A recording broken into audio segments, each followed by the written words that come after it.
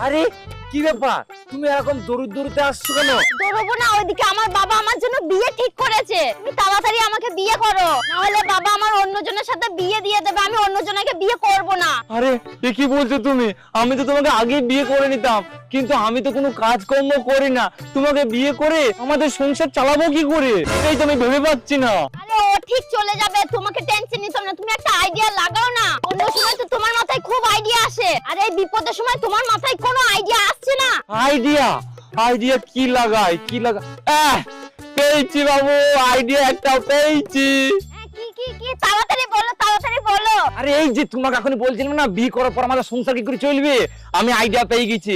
আমাদের সংসার গড়গড় করে চলবে। শোনো, আমি বিয়ে করে নিয়ে চলে যাচ্ছি তোমাকে। আমার তো কোনো কাজকর্ম নেই, তোমাকে আমি 10টা বাড়ি ধরে দেবো।